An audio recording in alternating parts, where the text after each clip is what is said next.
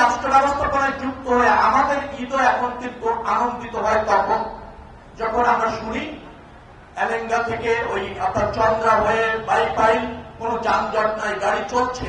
এর চেয়ে আনন্দের কোন নিউজ আমি আর প্রতিমন্ত্রী আর সচিবের কাছে আর নাই। সেই পুরো দায়িত্বটা আপনাদের উপর দিতে আসছি। আমার বিশ্বাস শ্রমিক নেতা যারা আছেন তারা যদি দায়িত্বশীল হন, পরিবহন মালিক যারা আছেন তারা যদি রাস্তায় দায়িত্ববান হন, গাড়ির ফিটনেস, গাড়ির ড্রাইভার চিহ্নিত করে নিয়ম মেনে যদি গাড়ি চলে, আর পুলিশের যে সমস্ত স্থানীয় পুলিশ, হাইওয়ে পুলিশের যে সমস্ত দায়িত্বশীল অফিসার আছেন তারা যদি পরিবহনগুলিকে নিয়ম মেনে রাস্তায় চলতে বাধ্য করতে পারেন, কোন কোন সময় এই শব্দ আমি ব্যবহার করছি, তাহলে আমরা একটা নিরাপদ যাত্রা উপভোগ করতে পারবো, যাত্রীকে দিতে পারবো। জেলা প্রশাসক এখানে আছেন, আমি বলতে চাচ্ছি সবাই এখানে আছেন, বিআরটি এর চেয়ারম্যান আছেন, বিআরটিসির চেয়ারম্যান আছেন, আমাদের চিফ ইঞ্জিনিয়ার আছেন, আর আপনারা যারা সামনে আছেন তারা সবচেয়ে বেশি গুরুত্বপূর্ণ।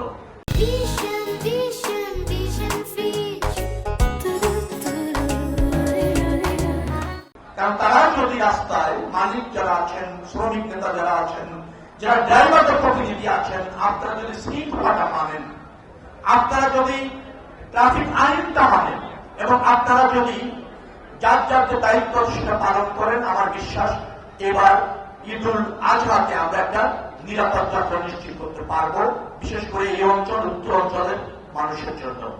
আপনাদের কাছে ছুটি এসে এটা আমানত হিসাবে রেখে যাচ্ছি। আমার বিশ্বাস আপনারা আমাদের এবার ঈদে অন্তত এবং আগামীতে যত ঈদ আসবে সেখানে দায়িত্বশীল থাকবেন, এটাই হচ্ছে আপনাদের কাছে আমার প্রত্যাশা। আপনাদের অনেক সীমাবদ্ধতা আছে আমরা জানি, আমি আবারও বলছি সেইগুলি এই সরকার অগ্রাধিকার ভিত্তিতে পূরণ করবে। বাট এই যে জায়গাটা, বিশেষ করে আমি জেনেছি যেটা চন্দ্রার মোড়ে অসংখ্য অস্থায়ী বাস কাউন্টার করা হয়, সেগুলি যদি সরিয়ে যায় তাহলে আরো ভালো হয়। 3 দিনের জন্য আপনারা সরিয়ে দিতে পারেন।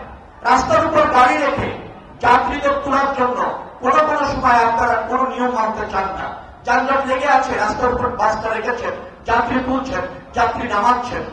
প্লিজ আপনাদের কাছে অনুরোধ থাকবে যে আপনারা এটা শৃঙ্খলার সাথে করবেন।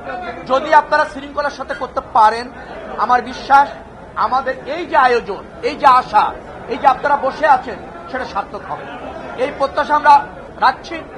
আমরা মনে করছি ঈদুল আজহার এই যাত্রাটা আপনারা সবাই যার যার জায়গা থেকে দায়িত্ব পালন করে সফল করবেন, এটাই হচ্ছে আমার প্রত্যাশা।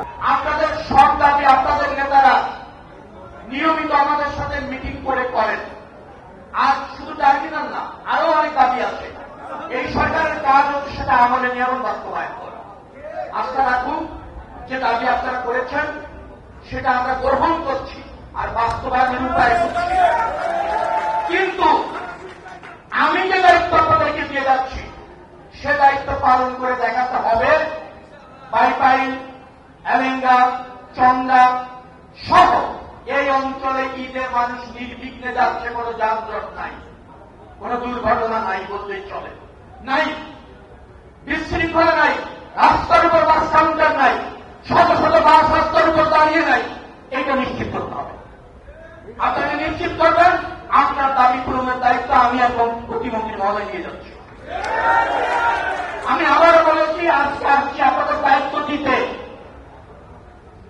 আমাদের দাবি মানতে আপনাদের কাছে। সেই দাবি হচ্ছে ঈদ যাত্রা নির্বিঘ্নে করবেন।